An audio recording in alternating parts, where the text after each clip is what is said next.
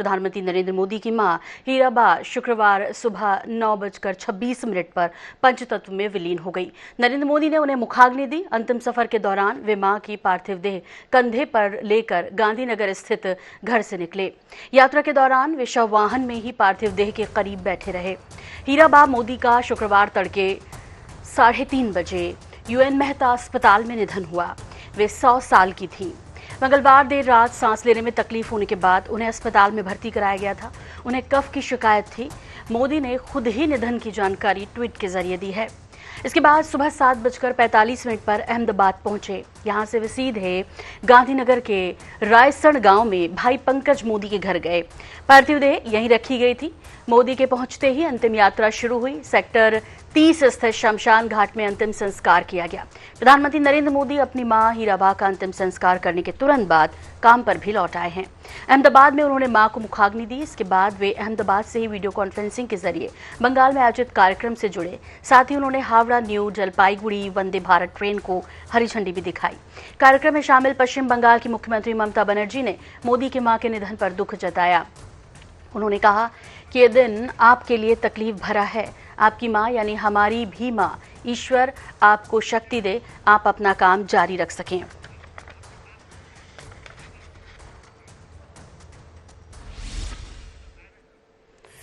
और INS 24/7 और हरिभूमि के प्रधान संपादक डॉक्टर हिमांशु द्विवेदी जी इस वक्त हमारे साथ न्यूजीलैंड से सीधे जुड़े हुए हैं। हिमांशु जी, सबसे पहले तो बेहद दुखद खबर आज सुबह ही जब सब उठे उन्हें ये देखने को मिली, सुनने को मिली कि प्रधानमंत्री नरेंद्र मोदी की मां का निधन हो गया। देखिए, बड़ी महत्वपूर्ण बात यह है कि प्रधानमंत्री के तौर पर जब से नरेंद्र मोदी जी के द्वारा दायित्व संभाला गया है, उन्होंने अपने परिजनों में केवल एक शख्स के संदर्भ में संबंधों को सार्वजनिक तौर पर जिया और वह संबंध उन्होंने अपनी मां के साथ जिया और मां के साथ भी उन्होंने अपने रिश्ते को एक अलग गरिमा के साथ ही निभाने की चेष्टा की। उन्हें अपनी मां के जन्मदिन पर हमेशा हमने उनके साथ पाया या वह अपने जन्मदिन पर मां का आशीर्वाद लेने के लिए गए। उस संदर्भ में भी जो महत्वपूर्ण बात है वो सबसे ज्यादा जो दिल को छू जाने वाली है कि हमने किस तरीके के कर्मयोगी को देश के प्रधानमंत्री के तौर पर पाया है, वो यह है कि आज सुबह 3:30 बजे उनकी मां का निधन होता है।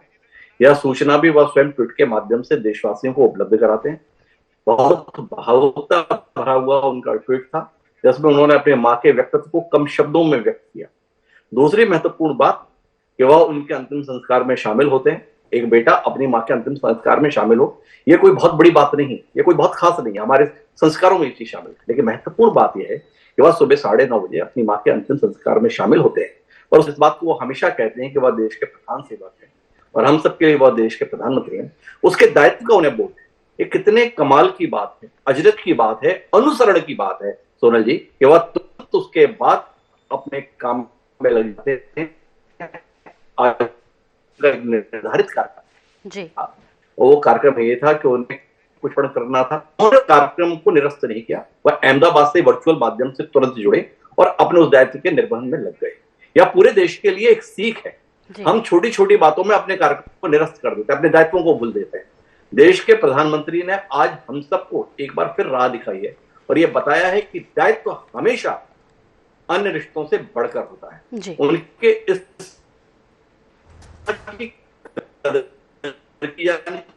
मैं उनके प्रति, मां के प्रति विनम्र श्रद्धांजलि अपने पूरे मीडिया समूह की ओर से तो व्यक्त करता हूं, पर साथ ही साथ ये महसूस करता हूं कि हम सबके लिए संकल्प की बात है, अनुसरण की बात है जो नरेंद्र मोदी जी आज देश के सम्मुख प्रस्तुत किए।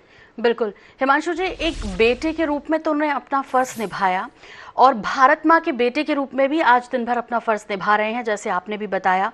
और वाकई में एक नज़ीर तो पेश की है, लेकिन ये इतना आसान नहीं होता दरअसल, कहना और वैसे करना भी। उनके मन के भावों को समझा जा सकता है, लेकिन उस बीच भी तमाम जितने भी आरोप उन पर लगते रहे।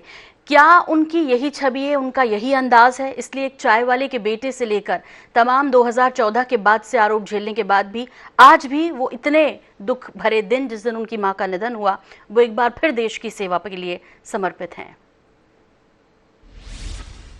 निश्चित रूप से उनका व्यक्तित्व तो ऐसा ही है। मैं आज जब पर विचार कर रहा था तो मुझे इतिहास के पन्नों से एक और शख्स इस संदर्भ में मिलता है। इसे चाटुकारिता ना समझा जाए, इसे गलत तुलना ना समझी जाए, पर हमारे इतिहास में एक प्रसंग आदि शंकराचार्य जी के संदर्भ में मिलता है। आदि शंकराचार्य कम उम्र में ही घर त्याग कर संत हो गए थे, संन्यास ले लिया था। तो उनकी मां ने उन्हें जब रोकना चाहा था तो अपनी मां को उन्होंने वादा किया था कि मां मुझे सन्यासी बनने दे, पर जब भी तेरा अंतिम समय आएगा मैं तेरे पास पहुंच जाऊंगा और तेरा अंत्येष्टि मेरे द्वारा ही की जाएगी। इतिहास के पन्ने ये बताते हैं कि आदि शंकराचार्य को यह बोध हो गया था और वह अपनी मां के अंतिम समय में उनके पास पहुंच गए थे और उनके अंत्येष्टि के कार्य को उन्होंने ही कालाडी पर अंजाम दिया। कमोवेश उस प्रकार का ही दृश्य हमने देखा है कि किस तरीके से दायित्वबोध नरेंद्र मोदी का था। उन्होंने भी देश के लिए, अपने पार्टी के लिए घर को त्यागा। उन्होंने घर के किसी अन्य शख्स के साथ में ऐसा कोई रिश्ता नहीं रखा जिसके अंतर्गत ऐसा लगे कि वह एक पारिवारिक जीवन जी रहे। उन्होंने रिश्ता रखा तो अपनी मां के संदर्भ में रखा, और जब मां का अंतिम समय आया तो 2 दिन पहले जब उनकी तबीयत खराब हुई थी तब भी वह अपने तमाम कार्यक्रमों के बीच में पहुंचे थे, और आज भी वह एक पुत्र का दायित्व भी निभाते हुए दिखे और साथ साथ देश के प्रधानमंत्री के तौर पर भी जो उनकी जिम्मेदारी है उसे निभाते हुए दिखे। उन्होंने देश को एक संदेश दिया है। मैं उनकी मां के संदर्भ में इस बात को लेकर प्रणाम करता हूं कि ऐसे जज्बातों के साथ जीवन निर्वाह करने वाले शख्स को उन्होंने जन्म दिया। यह उनकी देश के संदर्भ में वाकई बड़ी देन है। मैं आज वाकई भावुक हुई संदर्भ में। मैं इस उनके समर्पण की, उनकी इस भावना की तहे दिल से सराहना करता हूं और एक बार फिर अपनी तरफ से विनम्र श्रद्धांजलि उस ममतामयी मां के प्रति अर्पित भी करता हूं। जी बिल्कुल, पूरे INH 24/7 परिवार और हरिभूमि परिवार की तरफ से भी हीराबा को श्रद्धांजलि अर्पित करते हैं। हिमांशु जी, बहुत शुक्रिया हमसे जुड़ने के लिए। और आज देश के प्रधानमंत्री नरेंद्र मोदी की मां हीराबा का निधन हो गया। तड़के 3:30 बजे सुबह उनकी पार्थिव देह को मुखाग्नि देने के बाद प्रधानमंत्री अपने नियमित कामों पर लौट आए हैं। वीडियो कॉन्फ्रेंसिंग के जरिए ही वो अहमदाबाद से अपने तमाम कामों को निपटा रहे हैं। इससे पहले सेक्टर 30 स्थित शमशान घाट में अंतिम संस्कार किया गया हीराबा का। आपको बता दें कि प्रधानमंत्री नरेंद्र मोदी की मां हीराबा, जिन्होंने अभी 5 दिसंबर को बाकायदा अपने मताधिकार का प्रयोग किया, वोट किया, 100 साल की थी वो, और तब भी देश के प्रति अपने कर्तव्य, अपने अधिकारों को उन्होंने नहीं भूला। और 100 साल की उम्र में भी वो भले ही व्हीलचेयर के सहारे, अपने बेटों के सहारे पहुंची, लेकिन वो मतदान केंद्र तक पहुंची और उन्होंने वोट किया। और आज प्रधानमंत्री नरेंद्र मोदी की मां हीराबा, जो कि पंचतत्व में विलीन हो चुकी हैं, उन्हें मुखाग्नि देने के बाद प्रधानमंत्री अपने नियमित कार्य पर लौट आए। ये देश के लिए एक सीख है, एक सबक है, एक मैसेज है कि एक माँ की सेवा और भारत माँ की सेवा, ये दोनों एक साथ कैसे की जाती हैं। ये अपने कार्यकाल में प्रधानमंत्री नरेंद्र मोदी करते आए और कई बार नज़ीर पेश करते आए, लेकिन इस बीच आज जो उन्होंने किया वो वाकई में एक संदेश है। और इसे करना इतना आसान भी नहीं है, क्योंकि जब वो भावुक हो गए, अपनी माँ की अर्थी को अपने कंधों पर उठाए थे, मुखाग्नि दी उस वक्त भी, और इस सब के बीच, इस दुख के बीच, इस बेहद संवेदनशील वक्त के बीच वो एक बार फिर प्रधानमंत्री की भूमिका में, जहां उन्होंने इस तकलीफ भरे दिन भी अपने कार्यों को अंजाम दिया। और अंतिम संस्कार के थोड़ी ही देर के बाद प्रधानमंत्री नरेंद्र मोदी काम पर लौट आए, जहां उन्होंने अहमदाबाद से वीडियो कॉन्फ्रेंसिंग के जरिए बंगाल में आयोजित कार्यक्रम से जुड़े हावड़ा न्यू जलपाईगुड़ी वंदे भारत ट्रेन को हरी झंडी भी दिखाई। इस बीच कार्यक्रम में शामिल हुई पश्चिम बंगाल की मुख्यमंत्री ममता बनर्जी ने मोदी जी की मां के निधन पर दुख भी जताया और उन्होंने कहा कि हम समझते हैं आपके लिए ये दिन तकलीफ भरा है। आपकी मां यानी हमारी भी मां, ईश्वर आपको शक्ति दे, आप अपना काम जारी रख सकें।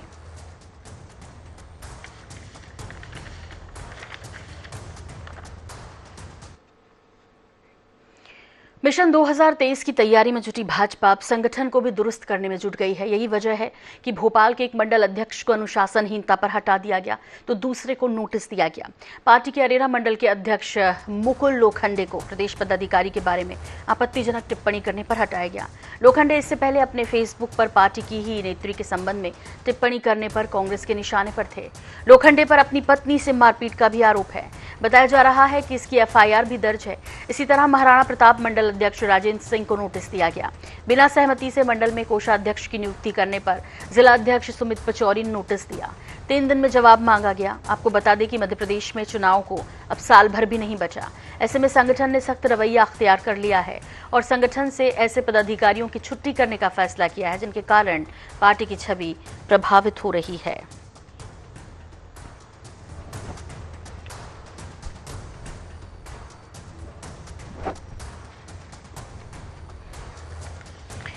और इस पर ज्यादा जानकारी के लिए बात करेंगे हमारे सहयोगी सनी मालवीय भोपाल से हमारे साथ जुड़ गए हैं।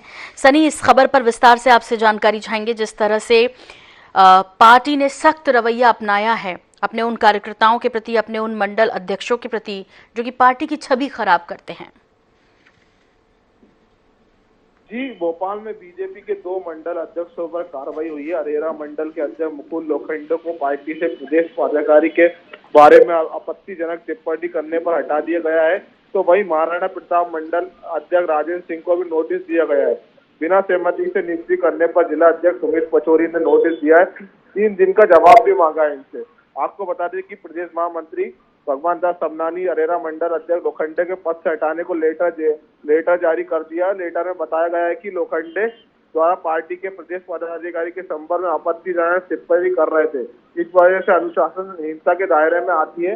इसलिए प्रदेश अध्यक्ष वी डी शर्मा के निर्देश अनुसार लोखंडे को तत्काल मंडल अध्यक्ष पद से मुक्त कर दिया गया। और साथ ही आपको बता दें कि कोषाध्यक्ष की नियुक्ति पर भी इनको नोटिस मिला है। इस प्रकार से अध्यक्ष महाराणा प्रताप मंडल अध्यक्ष सिंह को नोटिस देकर 3 दिन का जवाब मांगा है। कारण बताओ, नोटिस में कहा गया है कि मंडल अध्यक्ष संविधान के विरुद्ध लगातार कार्य कर रहे थे। 10 दिसंबर को मंडल में किसी कई कोषाध्यक्ष की नियुक्ति को लेकर उन्होंने ये मामला आया था, जिसमें बिना जिला अध्यक्ष सहमति परिवर्तन किया गया। कुल मिलाकर माना गया है कि दोनों ही अध्यक्ष पर गांठ अध्यक्ष के द्वारा दी गई है। जी बिल्कुल। इस वक्त हमारे साथ पंकज चतुर्वेदी जी जुड़ रहे हैं, बीजेपी प्रवक्ता। पंकज जी, आपसे जानना चाहेंगे, कार्रवाई तो ऐसी ही होनी चाहिए, सख्त होनी चाहिए और तभी एक संदेश भी जाता है, एक मैसेज भी जाता है, लेकिन अपने प्रदेश पदाधिकारी के बारे में ही इस तरह से आपत्तिजनक टिप्पणी करना, ये हिम्मत कैसे आती है? देखिए सोनल जी, इसी को अनुशासनहीनता बोलते हैं और भारतीय जनता पार्टी में अनुशासनहीनता का स्थान नहीं है। इसीलिए हमारे भोपाल के जिला अध्यक्ष जी ने इन दोनों पदाधिकारियों पर कार्रवाई करी। दोनों मंडल के जिम्मेदार पदाधिकारी थे और ये बाकी सभी भारतीय जनता पार्टी कार्यकर्ताओं के लिए संदेश भी, जैसा आपने कहा कि अनुशासन की जो परंपरा है, अनुशासन की जो व्यवस्था, उसका निर्वहन करना चाहिए। जो निर्वहन नहीं करेगा तो उसके खिलाफ कड़ी कार्रवाई की जाएगी। जी पंकज जी, ये आपने कहा कि ठीक है, संदेश भी इससे मिल रहा है, लेकिन इस तरह के घटनाक्रम या इस तरह की चीजें पहले प्रकाश में नहीं आती थी। ये क्या ये कहा जाए कि इतने लंबे वक्त से जो है बार बार सत्ता मिल रही है या सत्ता का दम्भ है, इसलिए इस तरह का दुस्साहस कर पाते हैं? क्योंकि बीजेपी में वाकई में इस तरह की परंपरा नहीं रही कभी। नहीं, आगे भी नहीं रहेगी सोनल जी। यदि कोई कार्यकर्ता इस प्रकार का अनुशासनहीनता का कृत्य करता है, जैसा इन दोनों प्रकरणों में उल्लेखित है, तो कार्रवाई की जाएगी। और बड़ा विशाल परिवार है, अब 18 करोड़ सदस्य हैं भारतीय जनता पार्टी के, विश्व की सबसे बड़ी राजनीतिक पार्टी, और उसमें यदि कोई कार्यकर्ता, भाई पदाधिकारी भले ही, पर मूलतः कार्यकर्ता है हम सब, तो यदि कोई कार्यकर्ता इस प्रकार के अनुशासनहीनता कृत्य करता है तो उसके खिलाफ जो विधिवत कार्रवाई है वो कार्रवाई की जाएगी, जैसे भोपाल के संदर्भ में हुआ। तो मुझे लगता है कि सारे कार्यकर्ता मूलतः अनुशासित कार्यकर्ता हैं और कहीं किसी से जाने अनजाने त्रुटि होती है तो अनुशासन की हमारी व्यवस्था जिसके तहत ये कार्रवाई की गई। जी, डॉक्टर राम पांडे भी कांग्रेस की तरफ से हमारे साथ जुड़ रहे हैं। डॉक्टर राम पांडे, आपसे समझना चाहेंगे, देखिए, यदि कोई अनुशासनहीनता की, उस पर तुरंत एक्शन भी लिया, कार्रवाई भी की, और जिस तरह से मंडल अध्यक्ष को अनुशासनहीनता पर हटा दिया गया है, ऐसा सभी पार्टियों में होना चाहिए और न सिर्फ मंडल अध्यक्ष के स्तर पर होना चाहिए। किसी भी तरह के कार्यकर्ता, वो चाहे बड़े हैं चाहे छोटे हैं, कार्रवाई होगी तो शायद अनुशासनहीनता बनेगी। जी राइट जी, तो आपकी प्रतिक्रिया? अच्छा, अपने मंडल अध्यक्ष को निष्कासित कर दिया है बीजेपी ने। ओके मैडम, तो ये प्रज्ञा ठाकुर को कब निष्कासित करेंगे? दीपक जोशी को कब निष्कासित करेंगे? जयंत मलैया को कब करेंगे? विष्णुई को कब करेंगे? ये सुब्रमण्यम स्वामी को कब करेंगे? वरुण गांधी को कब करेंगे? मतलब एक मंडल अध्यक्ष छोटा सा कार्यकर्ता होता है, ठीक है, आपने उसको तो निष्कासित कर दिया, मुझे तो रीजन भी नहीं पता है क्यों किया है निष्कासित। लेकिन ये जो बड़े लोगों के नाम ले रहा हूँ, खासकर सुब्रमण्यम स्वामी हुए, वरुण गांधी हुए, आपके दीपक जोशी हुए, ऐसे कई भारतीय जनता पार्टी के बड़े बड़े नेता हैं जो डेली बोल रहे हैं। प्रज्ञा ठाकुर तो अभी बोला है कि ठाकुर और वो उषा ठाकुर और पता नहीं कैसे कितने लोग जो अनुशासनहीनता रोज कर रहे हैं। तो जब तक आप बड़े नेताओं पर कार्रवाई नहीं करेंगे, बड़े मंत्रियों को बर्खास्त नहीं करेंगे, विधायकों पर कार्रवाई नहीं करेंगे, तो ये छोटे मंडल अध्यक्ष, सेक्टर अध्यक्ष पर कार्रवाई यदि आप करते हैं तो ये नौटंकी या दिखावा है। बड़े नेताओं पर कार्रवाई करें पहले। ठीक, पंकज चतुर्वेदी जी, जैसे डॉक्टर राम पांडे ने पूछा वही मेरा अगला सवाल भी था कि जो बड़े नेता हैं क्या उन पर भी कार्रवाई होनी चाहिए, इतनी त्वरित कार्रवाई होनी चाहिए? हालांकि किसी भी स्थिति में स्वीकार नहीं होगा कि किसी भी महिला के खिलाफ सार्वजनिक रूप से, वो भी प्रदेश पदाधिकारी थी, फेसबुक पर जिस तरह से लोखंडे जी ने टिप्पणी की। लेकिन यहाँ सवाल ये भी उठता है कि क्या बाकी नेताओं पर भी इसी तरह की कार्रवाई हो तो शायद अनुशासनहीनता जो बार बार पिछले कुछ समय से टूटती दिख रही है पार्टी में, वो खत्म हो। पंकज जी, आप मेरी आवाज सुन पा रहे हैं? डॉक्टर राम पांडे, शायद पंकज जी तक आवाज नहीं जा रही, एक बार फिर से उनको जोड़ने की कोशिश करते हैं। तब तक आपसे ये जानने में जरूर दिलचस्पी रहेगी कि ऐसा नहीं है कि सिर्फ बीजेपी में अनुशासनहीनता के समय समय पर उदाहरण मिलते हैं, ऐसा सभी दलों में मिलते हैं, कांग्रेस में भी कई मिलते हैं। तो क्या इस तरह से त्वरित कार्रवाई की जाए, चाहे वो छोटा कार्यकर्ता हो या बड़ा नेता हो? इससे अनुशासनहीनता तो बनती है और फिर कई सारे लंबे नाम लिस्ट में आपके यहाँ भी आते हैं। जी जी, तो हमारे यहाँ तो बड़े बड़े राष्ट्रीय नेताओं पर कार्रवाई की है। बड़े बड़े राष्ट्रीय नेताओं को पार्टी से निकाला गया है। मोदी जी को उन्होंने नीच वाला शब्द उपयोग किया था, उनको भी पार्टी से निष्कासित किया था, जबकि वो तो विरोधी पार्टी के बारे में बोले थे। तो हमारे यहाँ तो बड़े से बड़े नेताओं पर कार्रवाई हो जाती है और करते भी हैं। छोटे कार्यकर्ताओं पर हमारे यहाँ बाद में करते हैं।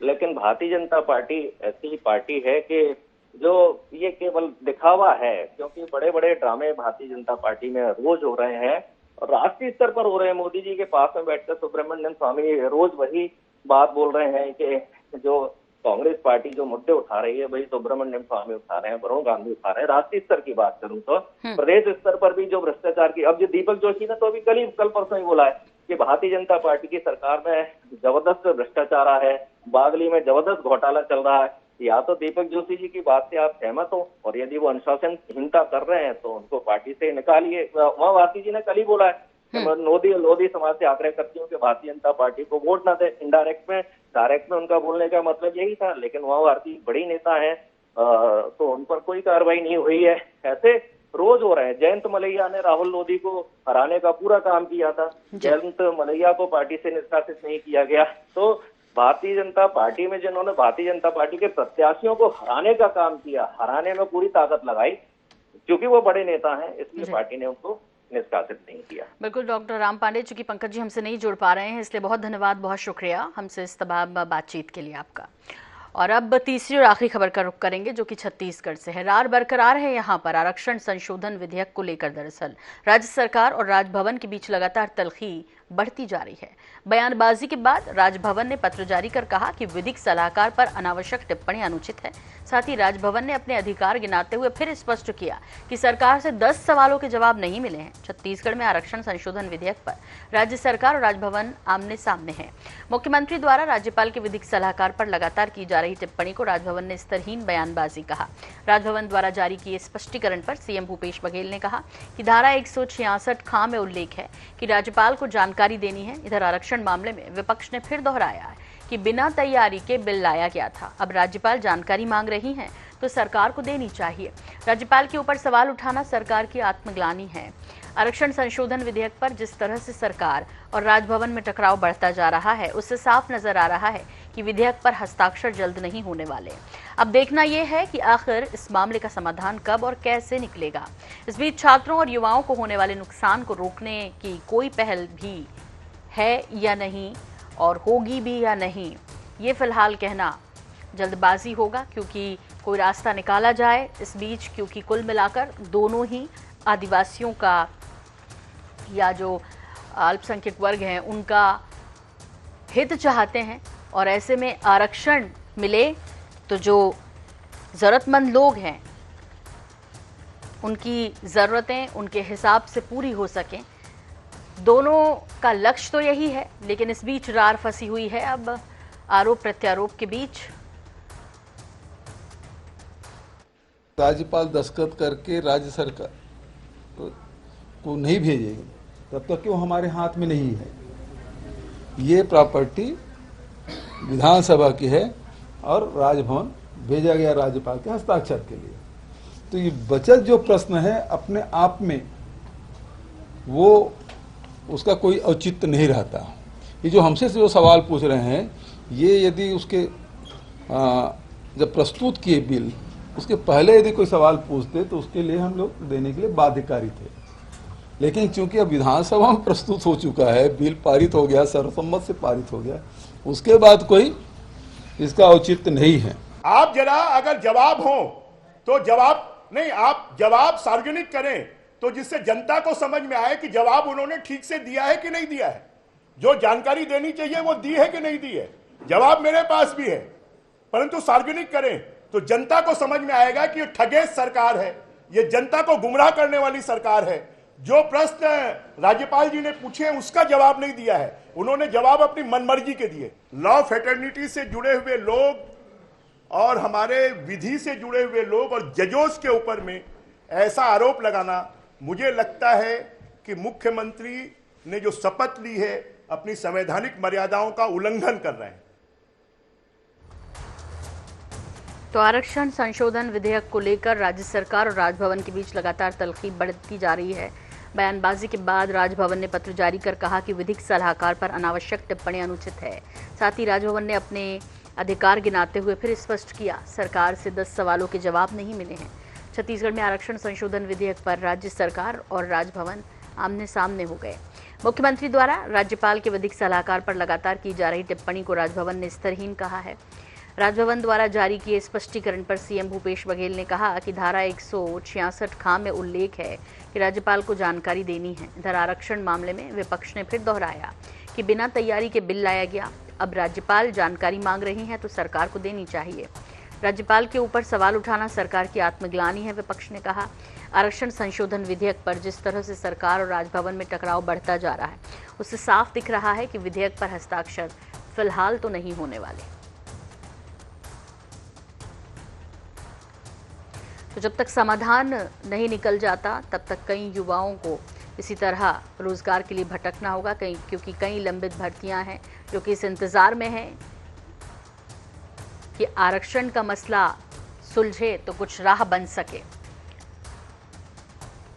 और अजय साहू जी हमारे साथ जुड़ रहे हैं, प्रवक्ता कांग्रेस छत्तीसगढ़। अजय जी, कोई रास्ता निकलेगा? जो लोग परेशान हैं, जिनकी भर्तियां रुकी हुई हैं, उनके हित में कब बात करेगा राजभवन और राज्य सरकार?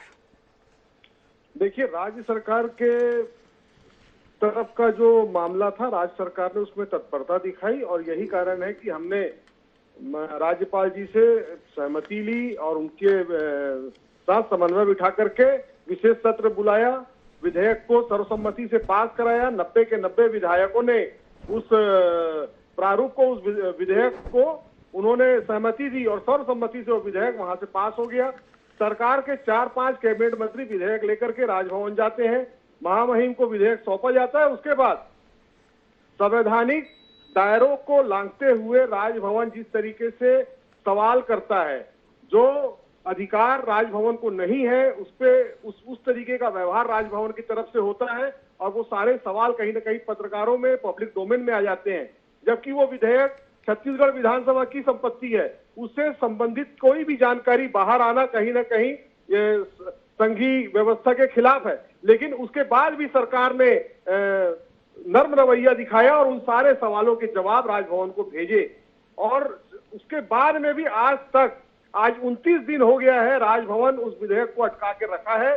तो कौन ऐसा विधिक सलाहकार है जो एकाध परिसर में बैठता है और राजभवन को कंट्रोल करने का काम कर रहा है? इस राजभवन को ये स्पष्ट करना चाहिए और भारतीय जनता पार्टी के विधायकों को स्पष्ट करना चाहिए, भारतीय जनता पार्टी को स्पष्ट करना चाहिए कि सदन के अंदर उन लोगों ने जिस तरीके से इस विधेयक को समर्थन दिया और अब जिस तरीके से बयानबाजी कर रहे हैं, सरकार के तो मंत्री लगातार राजभवन से संपर्क में हैं और महामहिम से निवेदन कर रहे हैं, लेकिन दुखद बात यह है कि छत्तीसगढ़ के 3.25 करोड़ जनता के हितों को नजरअंदाज करके भारतीय जनता पार्टी का एक भी नेता राजभवन से निवेदन करने नहीं गया कि आप कम से कम इस प्रदेश के हित के लिए, लोगों के हित के लिए आप इसमें हस्ताक्षर कर दे। बहुत ही दुखद पहलू है जो छत्तीसगढ़ की जनता बड़ी गौर से देख रही है।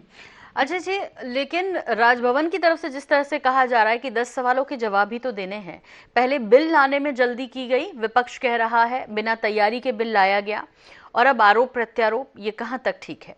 ये राजभवन को अगर छत्तीसगढ़ की सबसे बड़ी पंचायत विधानसभा कोई विधेयक सर्वसम्मति से 90 के 90 विधायकों की सहमति से भेजती है तो ये दर्शाता है कि जल्दबाजी नहीं, और उसके बाद में संवैधानिक अधिकारियों का दुरुपयोग करते हुए जिस तरीके से राजभवन व्यवहार कर रहा है, राजभवन के पास 3 विकल्प बचते हैं, या तो वो उस विधेयक को वापस कर दे सरकार को, या तो फिर अपने पास अटका के रखे। लेकिन इस तरीके की चीजें करने का अधिकार राजभवन को नहीं है। राजभवन को राजनीति करने से बाज आना चाहिए। बिल्कुल। और इस वक्त हमारे साथ संजय श्रीवास्तव जी जुड़ रहे हैं, बीजेपी प्रवक्ता। संजय जी, ये जो बात अभी अजय साहू जी ने कही है, आपने भी सुनी होगी, उन्होंने कहा कि ये रवैया नहीं होना चाहिए राजभवन का जो इस वक्त छत्तीसगढ़ में देखने को मिल रहा है। प्रेशर है दरअसल उन पर, और इसीलिए वो बिल पर हस्ताक्षर नहीं कर रही हैं। तो मुझे लगता है कि इनको लगता है कि राज्यपाल के ऊपर में दबाव तो कोर्ट में चले जाए, राज्यपाल के खिलाफ में जाके चैलेंज कर दें कहीं पे कोर्ट में। मतलब गली गली में घूमने वाला कांग्रेसी भी आजकल राज्यपाल के बारे में बोल रहा है। बड़ी अजीब की बात है। अरे एक संवैधानिक दायित्व तो है, अब मुख्यमंत्री बोलेंगे तो नीचे का व्यक्ति तो बोलेगा ही। राज्यपाल जी ने स्पष्ट दे दिया, विधिक सलाहकार पर भी उन्होंने उंगली उठाई थी बहुत गंदे तरीके से। उन्होंने कहा था, देखिए वो सब सीनियर जजेस रहते हैं, आप किस पर टिप्पणी करते हो? जज जब बुलाता है तो बड़े बड़े मुख्यमंत्री से मंत्री वहां पे कटघरे में खड़े हो जाते हैं जाके उनके सामने। हम किस पर क्या टिप्पणी कर रहे हैं समझें, उसके तकनीकी पक्ष को समझें। राज्यपाल जी ने तो कह दिया कि आपने जो जवाब दिया है वो जवाब कंप्लीट नहीं है, करिए उसमें। और राज्यपाल ऐसा है, संवैधानिक पद है, और यदि उन्होंने किसी चीज पर बातचीत की है अर्थात उनके अधिकार क्षेत्र के अंतर्गत है, कोई भी संवैधानिक व्यक्ति ऐसा नहीं करेगा कि जो उसके अधिकार के तहत के बावजूद इसके रोकेगा। लेकिन इनको राजनीति करना है, इनको आरक्षण से मतलब थोड़ी ना। 70 दिन लग गए थे, अपने क्यों 70 दिन लगा इनको प्रस्ताव लाने में? 19 सितंबर को हुआ था, 21 तारीख को लिया था सितंबर में। चुनाव का इंतजार कर रहे थे कि 5 को मतदान होगा तो 2 को लाएंगे, फिर हल्ला मचाएंगे, देखो हमने 76% दिया है। आज मुख्यमंत्री शपथ पत्र प्रस्तुत करें जाकर कोर्ट में कि किसी भी प्रकार की कोई दिक्कत नहीं आएगी 76% में। मैं मान जाऊंगा कि मुख्यमंत्री जी सत्यता है इसमें। केवल अपने बहुमत के आधार पर और सर्वसम्मति से पारित करके इस तरह का राजनीति इनको नहीं करना चाहिए। नहीं तो जाकर कोर्ट में जाए, कोर्ट खुला हुआ है। यदि आपको लगता है कि राज्यपाल जी गलत कर रही है, लेकिन चलते फिरते आम आदमी टाइप राज्यपाल पर यदि इस तरह की बातें करे, टिप्पणी करता, ये केवल इनका विषय नहीं है। एक संवैधानिक पद के विपरीत, उसकी गरिमा के खिलाफ इस तरह की बातचीत है। इससे छत्तीसगढ़ की स्थिति खराब हो रही है, छत्तीसगढ़ का नाम खराब हो रहा है। ये कांग्रेस के नेताओं को समझना चाहिए। जी, बहुत बहुत शुक्रिया अजय जी आपका, और संजय जी हमसे जुड़ने के लिए आपका भी। और तो फिलहाल रार खत्म होती नहीं दिख रही।